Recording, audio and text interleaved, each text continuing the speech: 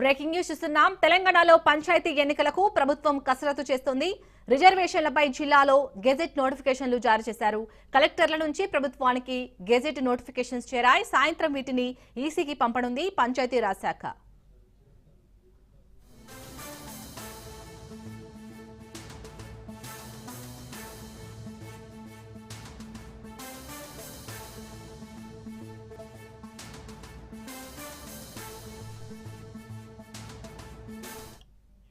తెలంగాణలో పంచాయతీ ఎన్నికలకు ప్రభుత్వం కసరత్తు చేస్తోంది. రిజర్వేషన్లపై జిల్లాలో గెజెట్ నోటిఫికేషన్లు జారీ చేశారు. కలెక్టర్ల నుంచి ప్రభుత్వానికి గెజెట్ నోటిఫికేషన్స్ చేరాయి. సాయంత్రం వీటిని ఈసీకి పంపనుంది పంచాయతీరాజ్ శాఖ. రైట్ గా ఇదే అంశానికి సంబంధించి పూర్తి డీటెయిల్స్ మా ప్రతినిధి సునీల్ అందిస్తారు. సునీల్, మొత్తానికైతే రిజర్వేషన్లపై ఇటు జిల్లాలో గెజెట్ నోటిఫికేషన్ల జారీకి సంబంధించి అప్డేట్స్ ఏంటి? తెలంగాణ రాష్ట్ర వ్యాప్తంగా గ్రామ పంచాయతీ ఎన్నికలను నిర్వహించేందుకు రాష్ట్ర ప్రభుత్వము కొంచెం స్పీడప్ పెంచిందని చెప్పాలి. ఎందుకంటే ఇప్పటికే మనం చూసాము, క్యాబినెట్ మొట్టమొదటిసారిగా గ్రామ పంచాయతీ ఎన్నికలు నిర్వహించాలని క్యాబినెట్ ఆమోదం తెలిపింది.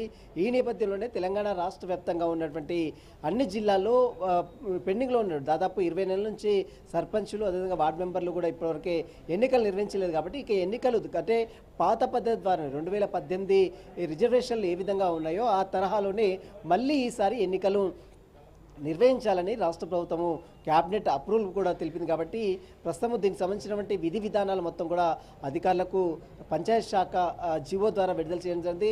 ప్రస్తుతము సర్పంచులకు సంబంధించి రాష్ట్ర వ్యాప్తంగా ఉన్నటువంటి దాదాపు అన్ని సర్పంచులను మొత్తం కూడా రిజర్వేషన్లు ఖరారు చేయాలంటూ కూడా ఇప్పటికే అధికారులకు దిశానిర్దేశం చేసిన నేపథ్యంలో వాటికి సంబంధించినటువంటి నివేదికను మొత్తం కూడా ఆర్డీఓలు, మరోవైపు వార్డు మెంబర్లకు సంబంధించిన నివేదిక మొత్తం కూడా ఎంపీడీఓల నుంచి కలెక్టర్ తీసుకోవడం జరిగింది.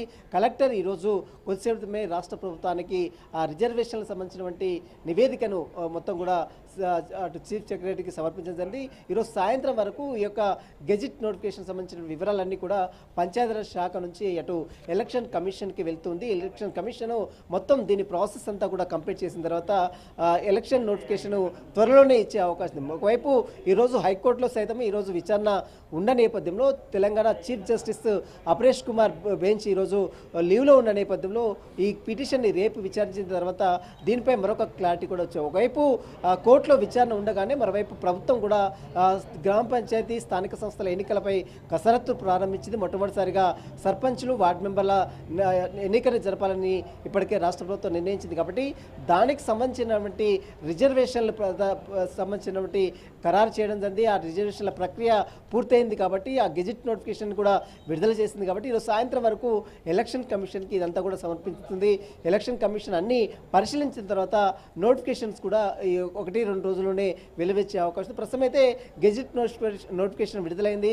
ఈరోజు సాయంత్రం వరకు పంచాయతీరాజ్ శాఖ ఆ గెజిట్ నోటిఫికేషన్ ఎన్నికల కమిషన్కి సమర్పిస్తుంది. ఈరోజు కోర్టు హీరింగ్ ఉన్న నేపథ్యంలో దాన్ని రేపటికి వాయిదా వేసింది. రేపు చీఫ్ జస్టిస్ వచ్చిన తర్వాత ప్రభుత్వం నివేదికను కూడా అంటే ఎలక్షన్స్కి వెళ్తాము, పాత రిజర్వేషన్ పద్ధతి ద్వారానే ఎలక్షన్స్ వెళ్తాం. ఎందుకంటే గతంలో 42 రిజర్వేషన్ కల్పిస్తూ అటు రాష్ట్ర ప్రభుత్వము తీర్మానం చేసినప్పటికీ కూడా అది గవర్నర్ దగ్గర ఇంకా పెండింగ్లో ఉంది. ఆ తర్వాత మళ్ళీ అటు హైకోర్టులోను సుప్రీంకోర్టులోను రాష్ట్ర ప్రభుత్వానికి కొంత చుక్కేదైన నేపథ్యంలో పాత రిజర్వేషన్ పద్ధతి ద్వారానే గ్రామ పంచాయతీ ఎన్నికలను నిర్వహించాలని రాష్ట్ర ప్రభుత్వము క్యాబినెట్ నిర్ణయించింది. ఆ క్యాబినెట్ నిర్ణయించిన దాని ప్రకారమే రిజర్వేషన్లు కూడా అధికారులు ఖరారు చేశారు.